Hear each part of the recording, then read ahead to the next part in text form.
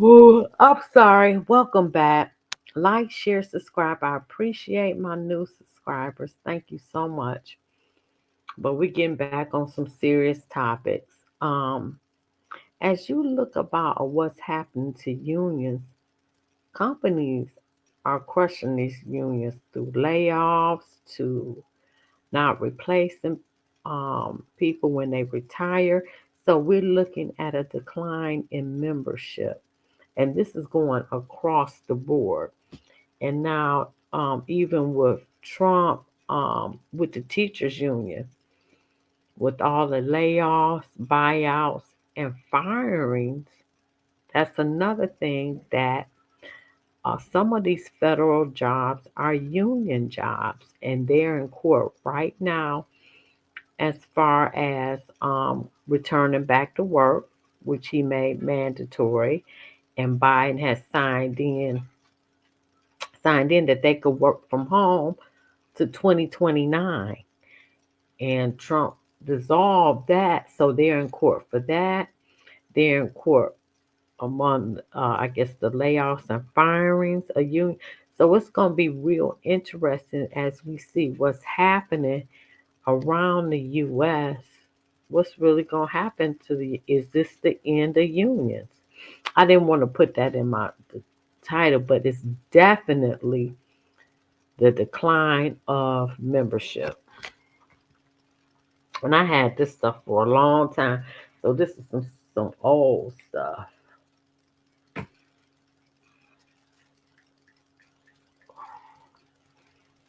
Majority of adults see decline of union membership as bad for the US and working people. Majorities of Americans see the large reduction in the share of workers represented by unions over the past several decades as a bad thing for both the country and working people in the United States.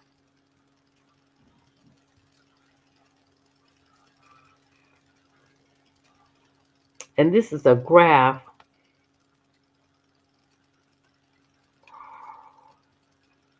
I'm not even going to show y'all this graph because I'm just going to say it. 54% of U.S. adults say that the decline has been bad for the country. 59% say this has been bad for working people. The share of unionized workers has been bad for the United States.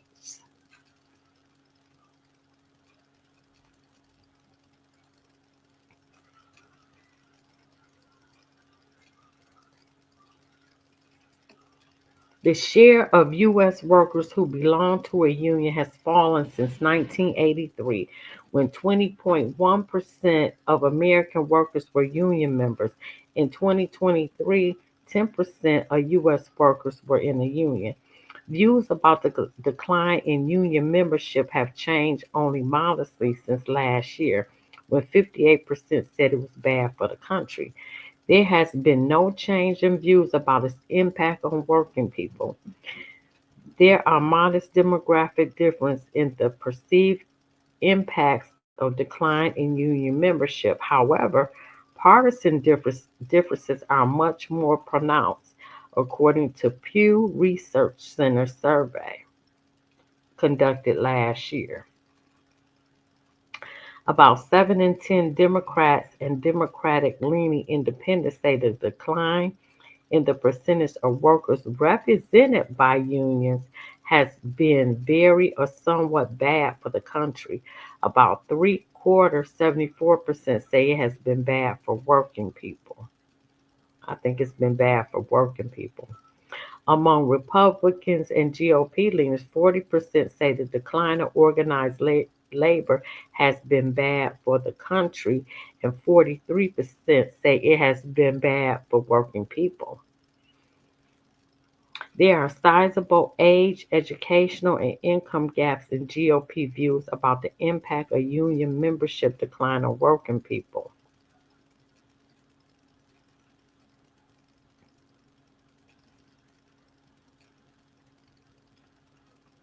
71% Republicans aged 65 and older said the decline of unions has been very or somewhat good for working people. compared with 40% of adults under age 40. Upper income Republicans, 66%, are more likely than their counterparts in the middle income and lower income tiers to say this. A majority of white Republicans say the decline of union membership has been at least somewhat good for working people. The sample size for Hispanic, Black, and Asian Republicans are too small to analyze. Among Democrats, no more than 4 in 10 Democrats across the demographic group sees the decline in organized labor good for working people. However, there are some differences by educational level, income, and race and ethnic, ethnicity. ethnicity. Democrats without a college degree are 13% percentage points more likely than those with a college degree to say the union is on a decline.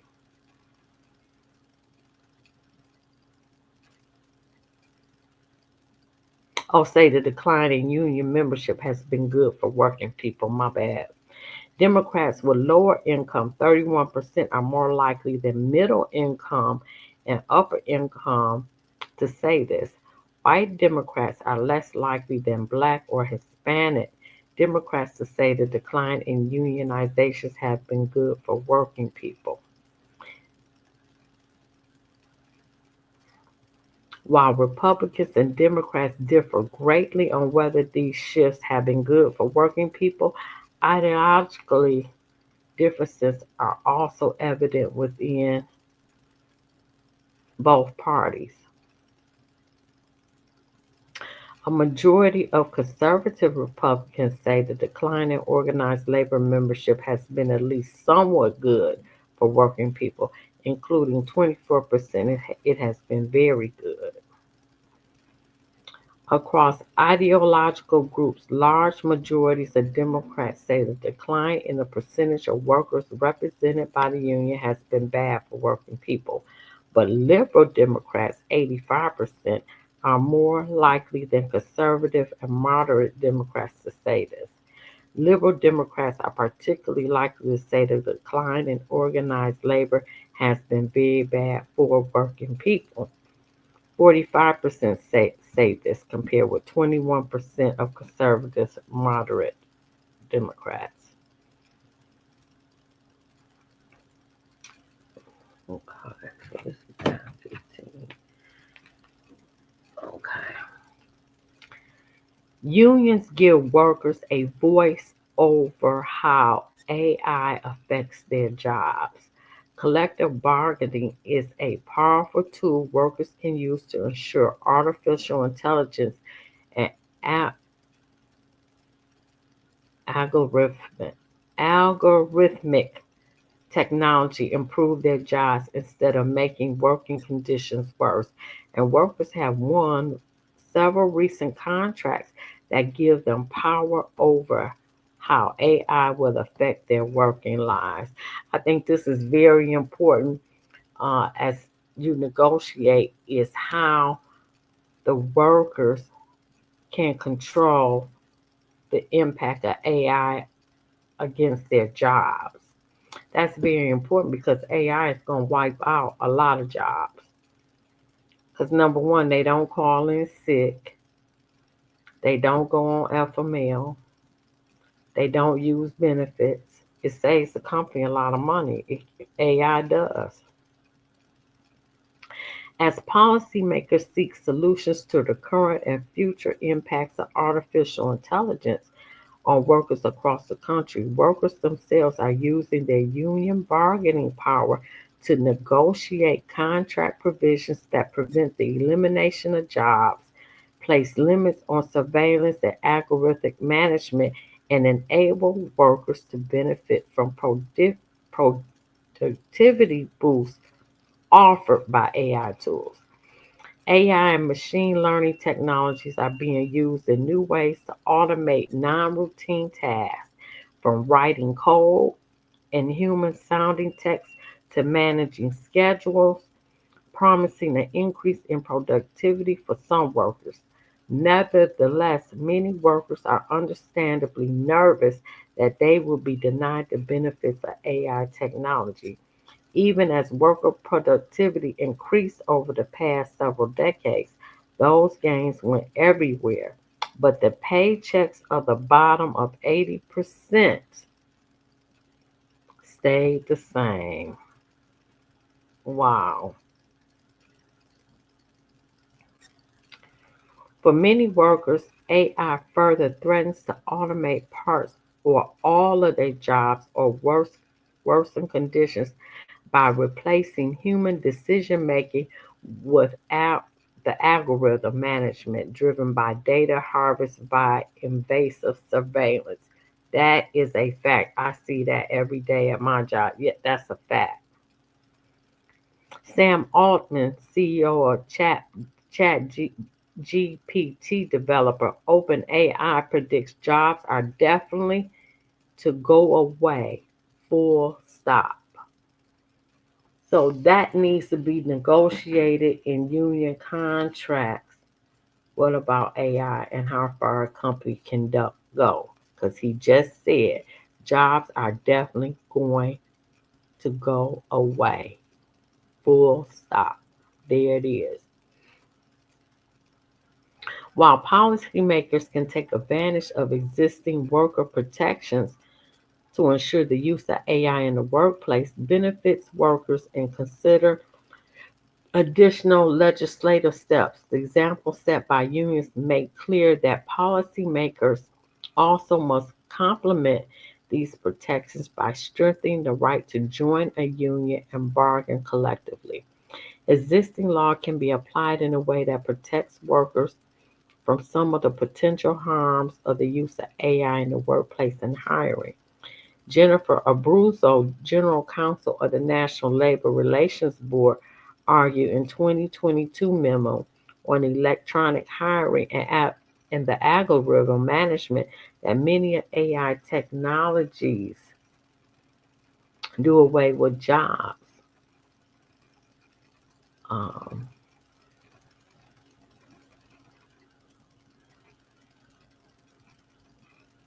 The Equal Employment Opportunity Commission issued technical assistance in 2021 on compliance with Americans with Disabilities Act and the algorithm decision making tools in hiring and employment as part of a larger algorithmic fairness initiative.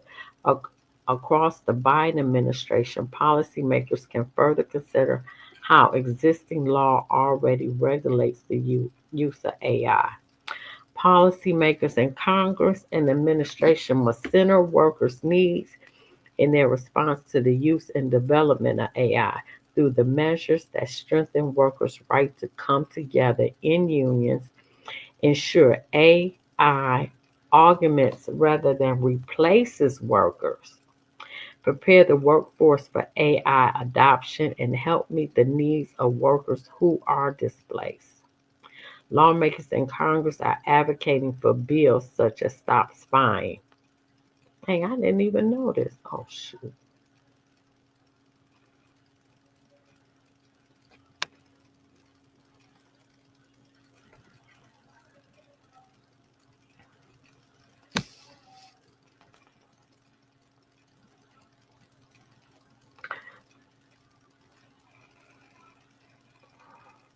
Okay, I just read that. Okay. Lawmaker, okay. Oh, they're using things such as Stop Spying, Bosses Act, and the No Robot Bosses Act that will protect workers from certain threats from AI. These policies should complement bills that strengthen unions, including protecting the right to organize. Act, which would strengthen penalties for union busting and enhance protection for workers trying to organize their colleagues, and the Public Service Freedom to Negotiate Act, which proposes strengthening organizing rights in the public sector. The Stop Spying Bosses Act and the No Robot Bosses Act introduced in Congress in 2023 address different aspects of employees' work lives. The Stop Fine Bosses Act will outlaw workplace surveillance for monitoring worker organizing or using AI to make behavioral predictions. The bill will also require employers who surveil employees to disclose their use of data collection so workers can be aware of how their data are being collected and used, and will establish a privacy and technological division at the U.S. Department of Labor to administer the law. The No Robot Bosses Act will prohibit employers from relying exclusively on automated decision making systems in making employment decisions such as hiring or firing workers. This bill will require testing and oversight of decision making systems to ensure they do not have discriminatory impact on workers. And when automated systems are used to help employees make a decision, employers must describe to workers how the system was used and allow workers or job applicants to dispute the system's output with a human. Oh, I think that's great. I think that is great. A comprehensive policy covering AI in the workplace will combine legislations to regulate uses of AI that harm workers, enforcement of existing law against uses of AI that already run afoul of existing employee protections, and stronger rights to organize a union and collectively bargain. Workers in some of the nation's largest unions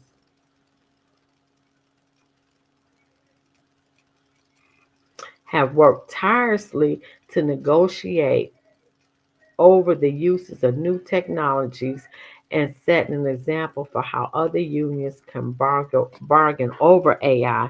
But policymakers must open the door for more workers to advocate for themselves over how they can reap promised benefits of AI. Policymakers must open the door for more workers to advocate for themselves. I agree. In some industries where AI's deployment threatens to replace workers, unions are winning control over the ways employers can use AI technology and how employees should be compensated. In 2023, casino workers in Las Vegas, represented by the Culinary Workers Union, achieved a new contract that included a severance package of $2,000.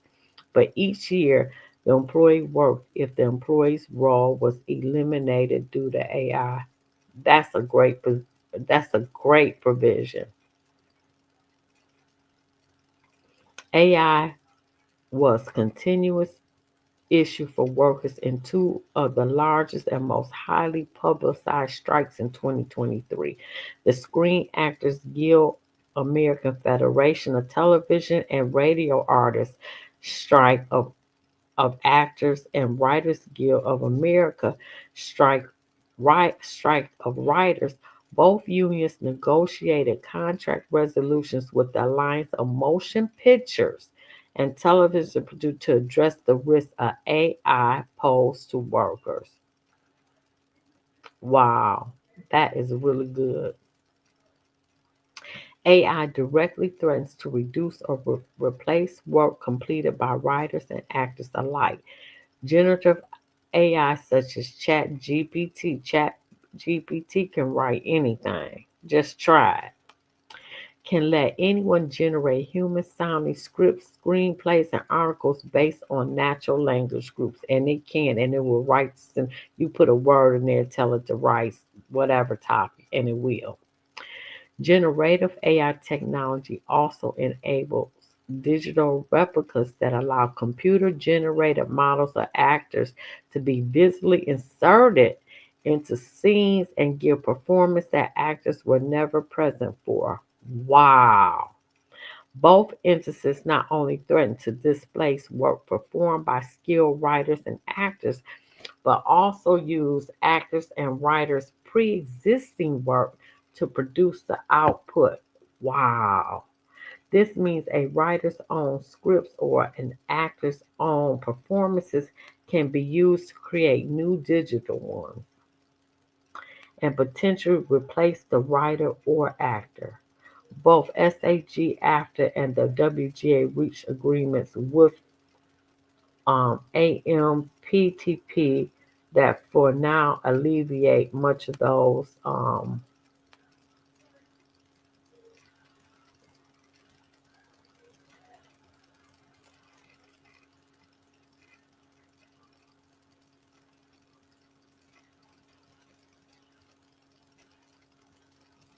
The WAG contract places limits on how studio can use AI technology in completing their work and enabling writers rather than the studio alone to gain from the productivity of benefits because unions demographically advocate for the best interests of their membership. They can also push for contract provisions that matter to workers and their unique circumstances,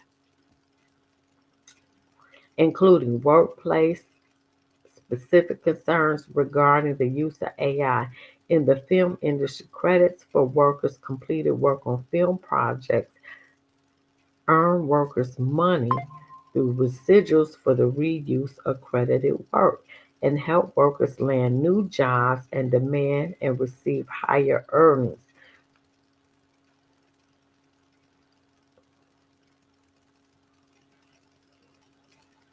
Credits have been the subject of negotiations with unions since the early days of organizing in film.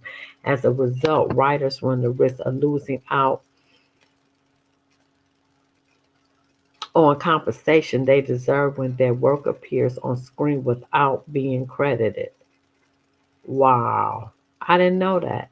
AI increases the likelihood of this since it uses publicly available data created by humans, sometimes including copyrighted material, to create its scripts.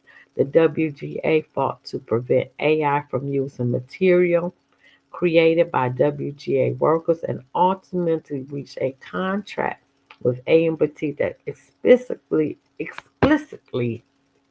includes a provision that AI written material cannot be considered source material when determining writing credits. That is really good. No wonder they was on strike for so long. Wow. AI powered tools need vast data sets to function. Employers can harvest these data through invasive surveillance of workers, while AI companies may simultaneously gather even more information by processing large amounts of data automatically. If an employer plans to implement an AI powered tool in its workplace, it may need data unique to its particular warehouses, trucks, or employee laptops. Employers may gather those data by tracking workers by means such as cameras and microphones. We know they can hear and they can see if you got a camera. Now powered by AI as well as monitoring work laptops issued to employees. We know about that, don't we?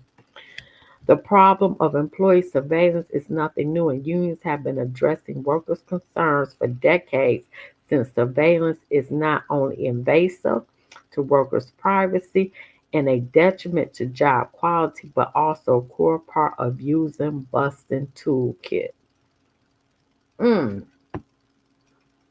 The problem of employee surveillance is nothing new, and unions have been addressing work. Oh, okay, I read that. I read that. Okay. The NLRB ruled as early as 1997 that the use of hidden surveillance cameras is a mandatory point on which employers must bargain with unions. The Communication Workers of America have long negotiated over the use of surveillance in call centers, as many workers feel surveillance could be used against them to initiate disciplinary actions. Over the past 30 years, CWA contracts with AT&T, Verizon, Lumen, CenturyLink, and other telecommunications companies have placed limits on how many calls can be monitored. Mm, that's a good idea if you work in a call center. How many calls can be monitored? Prevented recorded calls from being used to punish employees and ensure call monitoring is used only to offer feedback for workers and to help train them. Wow. Mm. Today, surveillance continues to harm workers and pose a renewed threat to workers' ability to come together in unions. Efficient AI enabling processes of bulk data from sensors such as cameras allows more widespread use of surveillance in workplace, reducing workers' privacy and harming job quality. That is a fact. For example, workers have alleged that Amazon uses its data to calculate the abstract performance metrics for its warehouse workers that place pressure on employees to overwork themselves and contribute to high rates of injury, stress, and taking unpaid leave. Y'all listening, management? Creating what one group of researchers call a corporate police state. And they say Amazon is like that. In response to this, Amazon said it has made progress in improving warehouse safety, does not use camera technology in its warehouses to monitor employees, and offers workers multiple methods for reporting safety concerns. Workers have also alleged that Amazon monitors employee communications for labor organizing efforts, and journalists have detailed Amazon's surveillance of private Facebook groups used by workers. Wow. Wow. The NLRB ordered the unsuccessful 2021 union vote at an Amazon warehouse in Bessemer, Alabama to be rerun after a regional director of the NLRB found that Amazon created the impression of surveillance during the mail voting process. Wow. At the same time, Amazon workers who advocate for unions see unions as a means of addressing workplace surveillance, especially the use of surveillance and automated systems in disciplining employees. Chris Smalls, a former Amazon warehouse employee and the organizer who led the successful unionization vote at Amazon's Staten Island warehouse in 2022, cited an algorithm driven employee monitoring system as one of the big reasons people want to unionize. In 2021, asking who wants to be surveilled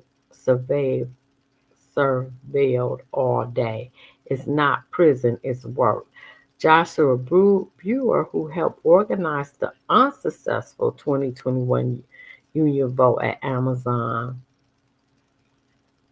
he said the workers answer to a lot of robotic information systems that deliver their discipline. They have no say in it.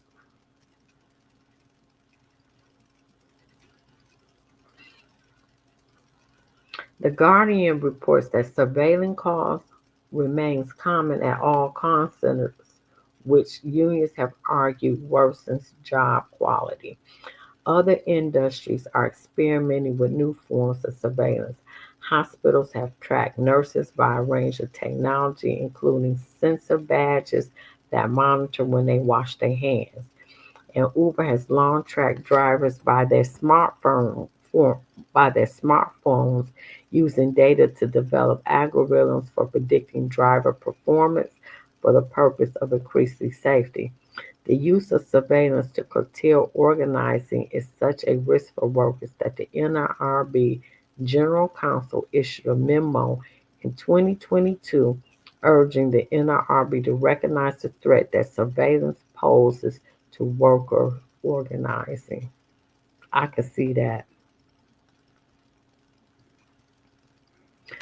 The harm Oh, you know what? Let me get rid of this because I need to make sure this stuff goes. The harms posed by surveillance can be mitigated through collective bargaining.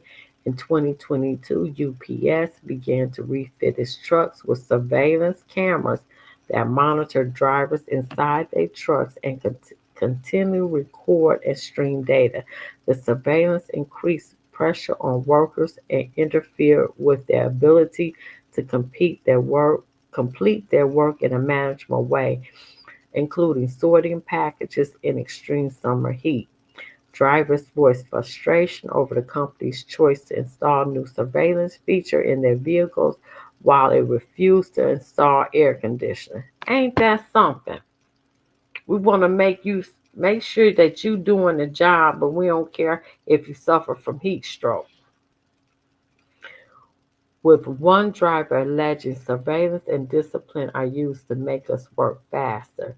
The agreement that the Teamster reached with UPS in 2023 after their nationwide strike curtails the use of surveillance in trucks and prevents the potential of replacement of workers with automated technology.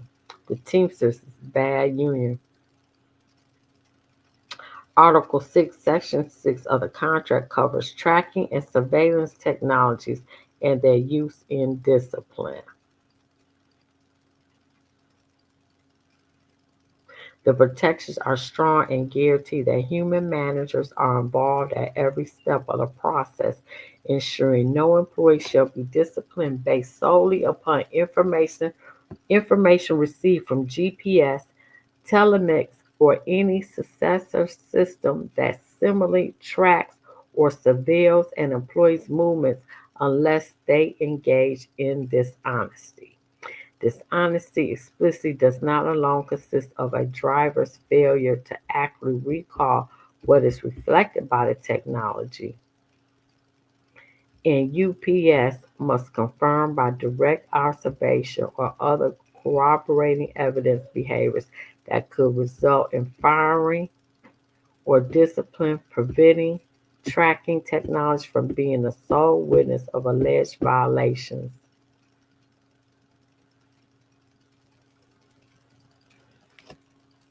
Mm.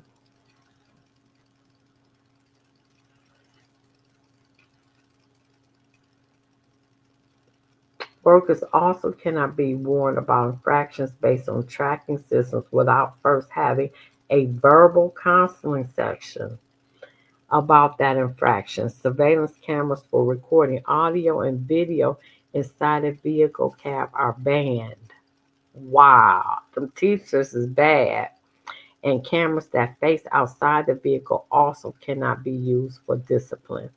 These provisions alleviate the burden that surveillance places on workers to overperform in order to avoid being disciplined based on tracking or surveillance technology without human involvement.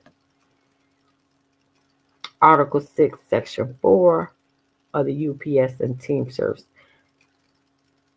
um, that any meaningful change in equipment or materials which results in meaningful change in work, wages, hours, or working conditions of any classification of employees in a bargaining union or diminish the number of workers in any classification of employees in a bargaining union.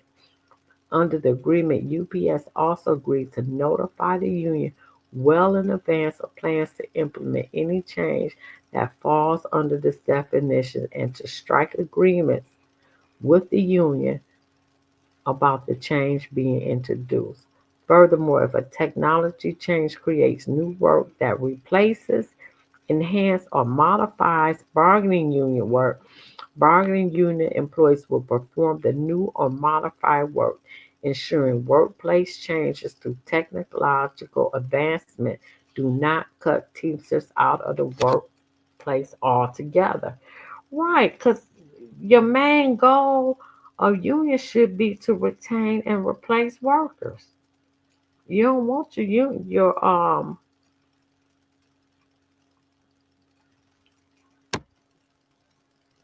You don't want to lose your workers. You want to keep replacing and replenishing workers to keep the dues and everything coming in so the union can perform and can do what it was set out to do.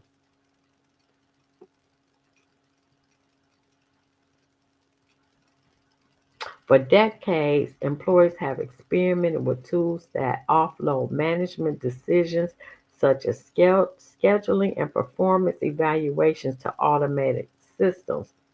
Most recently, AI has enabled powerful automated management systems that sometimes conflict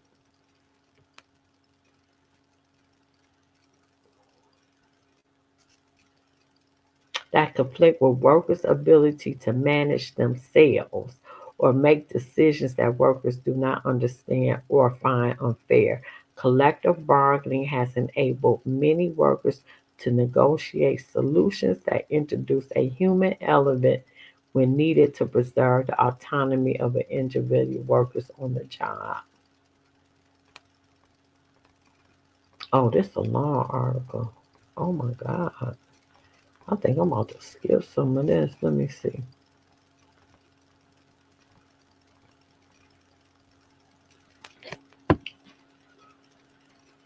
AI has increasingly been implemented to assign tasks, schedule workers, evaluate performance by offering a way to monitor performance metrics and needs in real time and assign work accordingly.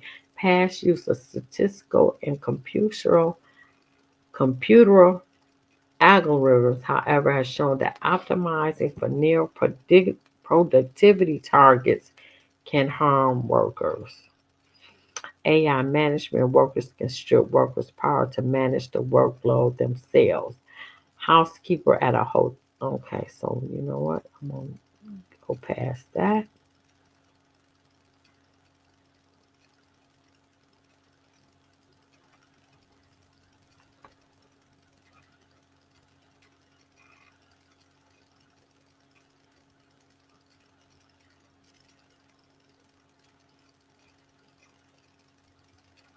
Okay, so this is an example. Another problem with Uber and Lyft was driver deactivations.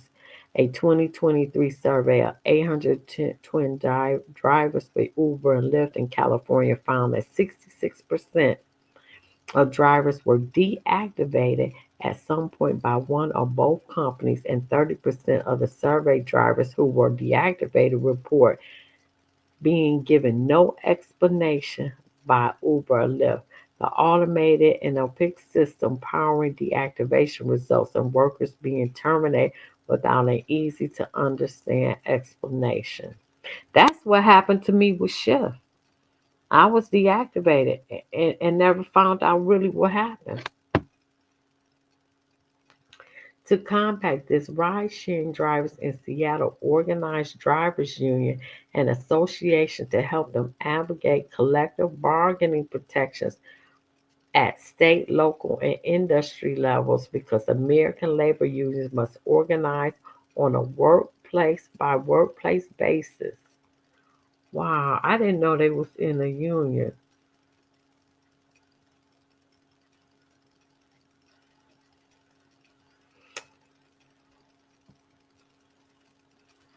See, in 2021, Seattle implemented a transport network company driver deactivation rights ordinance, which established a panel that allowed drivers to appeal their termination to a government run workers board with representation from state regulated and drivers union operated driver resource center.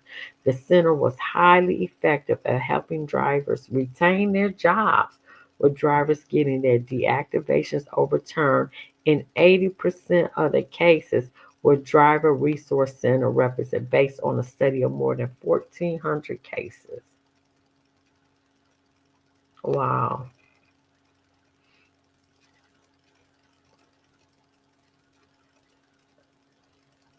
Workers can act as partners in introducing AI to the workplace.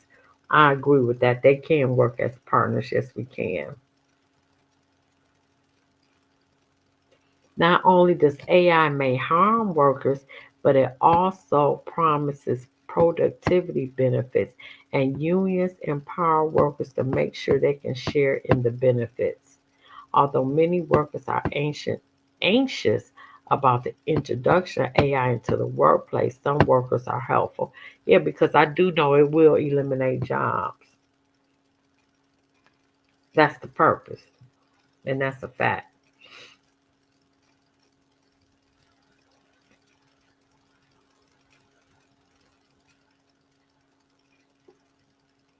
Last year, several major unions and labor organizations won a seat at the table for workers in determining the future of development and use of AI in their workplaces.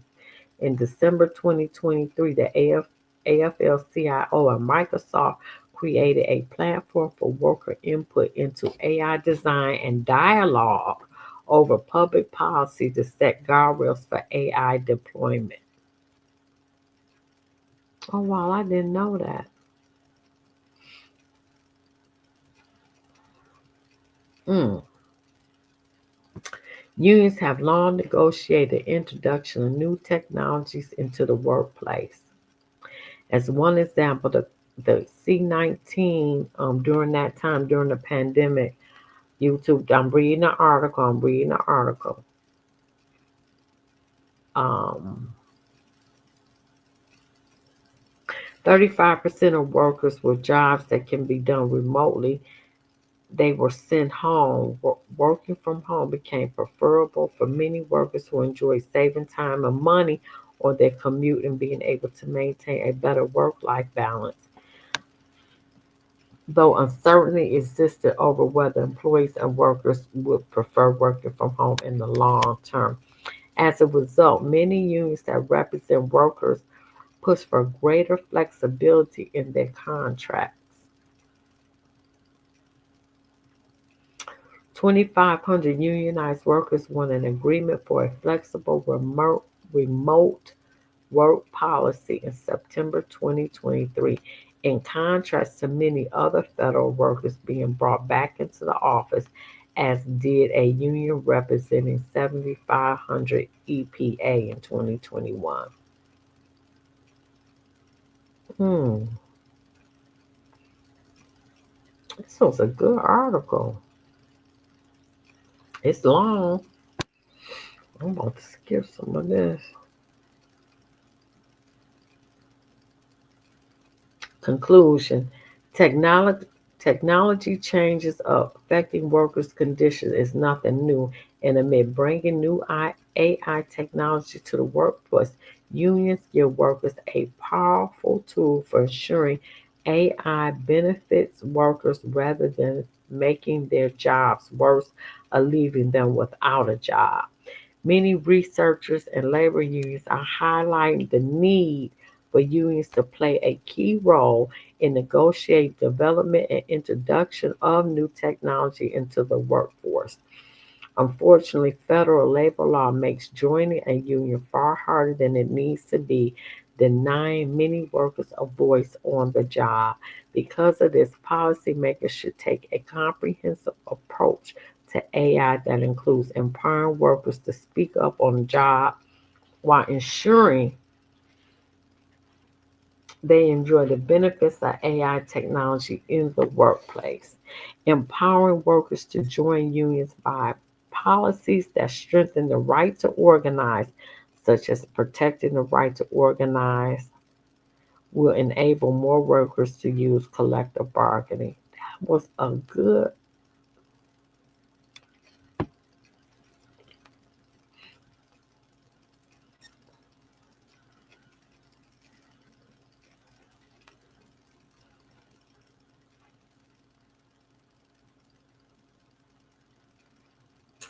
Shoot, this gonna have to be a part two.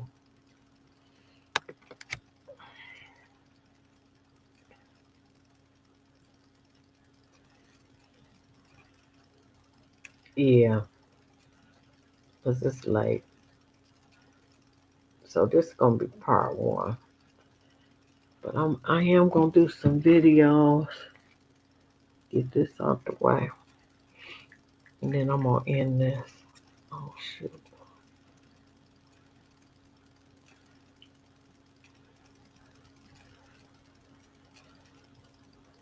Antonio, a member of the Teamsters. Antonio is in the Teamsters Amazon division.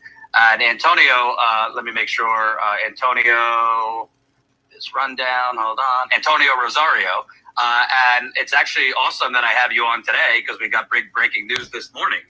The National Labor Relations Board, finally, there is a God. Amazon has been refusing to basically treat delivery drivers as employees forever. They get away with using them as contractors, and they abuse them just like they're actual workers in the warehouse. But the NLRB made an important ruling this morning about that. Can you kind of tell us what they ruled? Yeah, well, thank you for having me on the show. We always appreciate having a platform to speak to workers and people out there that are interested in all the work that labor's doing. And honestly, you're right. You know, it's been a long time waiting. But the NLRB finally came through. They came up with a good, strong ruling.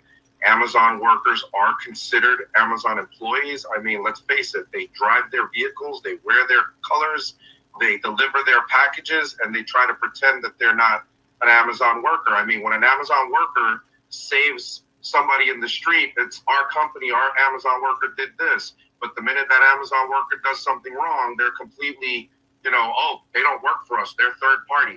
So I think it's time for that to come to an end. There's still some obstacles that have to be gotten through, but right now that is a big ruling for us, yes. And for the employees. And you know what? I do a lot of times shitting on the Democratic Party, but I want to be fair.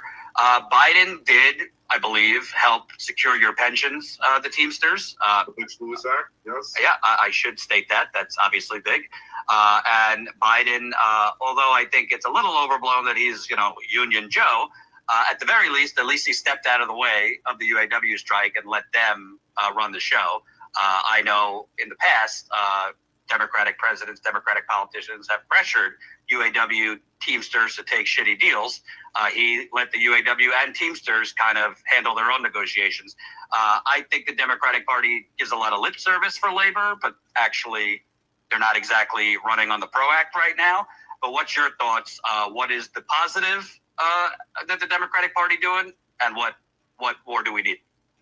Well, you definitely mentioned it there. The Butch-Lewis Act was huge for a lot of us. The fact that Biden actually did help with the choosing of a lot of the NLRB people that are in there now did make a difference in a lot of the rulings over the last few years. They've done some good work. The people at the NLRB, I mean Jennifer and a few of the others have done some great stuff.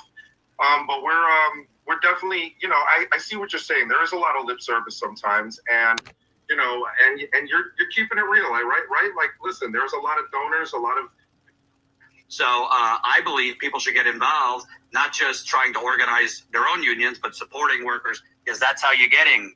It might not be a higher minimum wage through Congress right now, but through strong labor unions. What's your message to people who feel dejected, are just nauseated by this choice between a corporate Democrat and a wannabe fascist? But what's your message to people in terms of the mini labor resurgence going on right now? Well, that's a very loaded question, but I try not to, but yeah, it's all good, man. I get it. This is your show, and I'm going to answer as truthfully as I can. The truth is that it's all about labor. I mean, we keep this country moving. And like that's I said earlier, a fact. Folks, they work. That's a fact.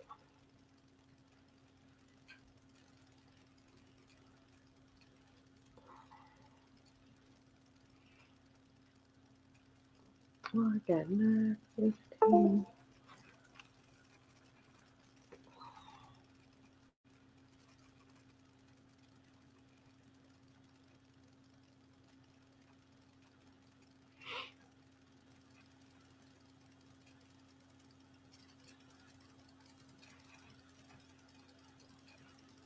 I'm sleepy now.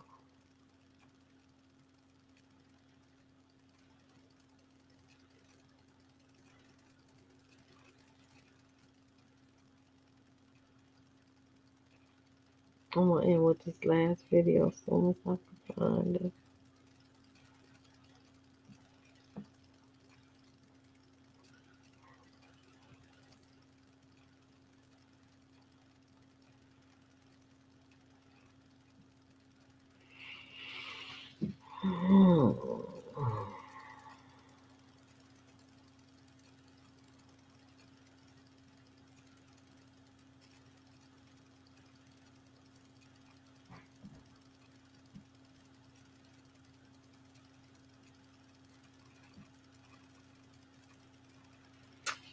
That's it.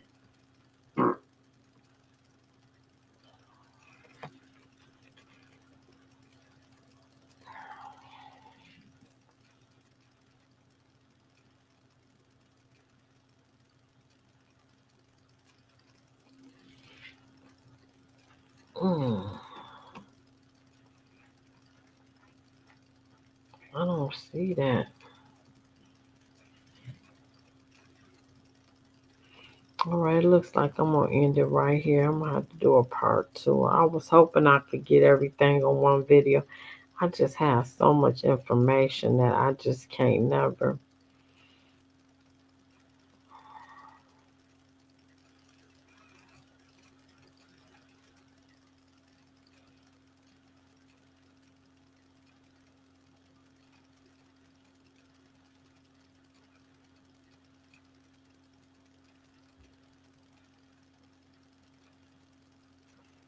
Yeah, like, share, and subscribe. Leave a comment. It's gonna have to be a part 2 because I got a lot of information. Oh, I did do this one. All right, y'all. Good night. Thank y'all. I'm going to bed.